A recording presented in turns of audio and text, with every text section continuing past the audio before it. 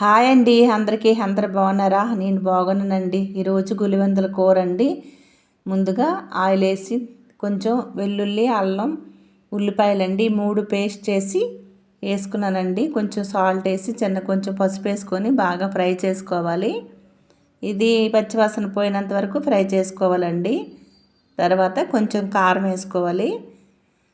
తగినంత కారం వేసుకోవాలి. నేను కారం తక్కువ తింటాం కాబట్టి కొంచెం కారం వేసాను నేను.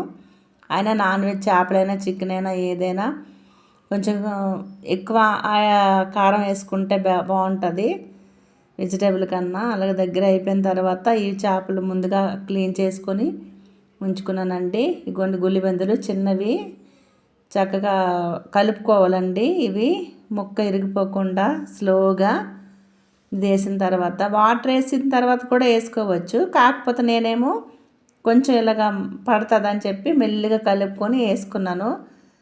ఇందులో ఉల్లిపాయ పేస్ట్ వేగిన తర్వాత వాటర్ వేసిన తర్వాత కూడా చేపలు వేసుకుంటే బాగుంటుంది.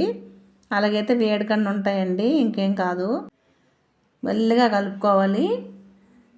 కొంచెం వాటర్ వేసుకున్న తర్వాత కొంచెం కలుపుకొని, ఎక్కువ మరీ వాటర్ వేసుకోకూడదండి, కొంచెం వాటర్ వేసుకోవాలి.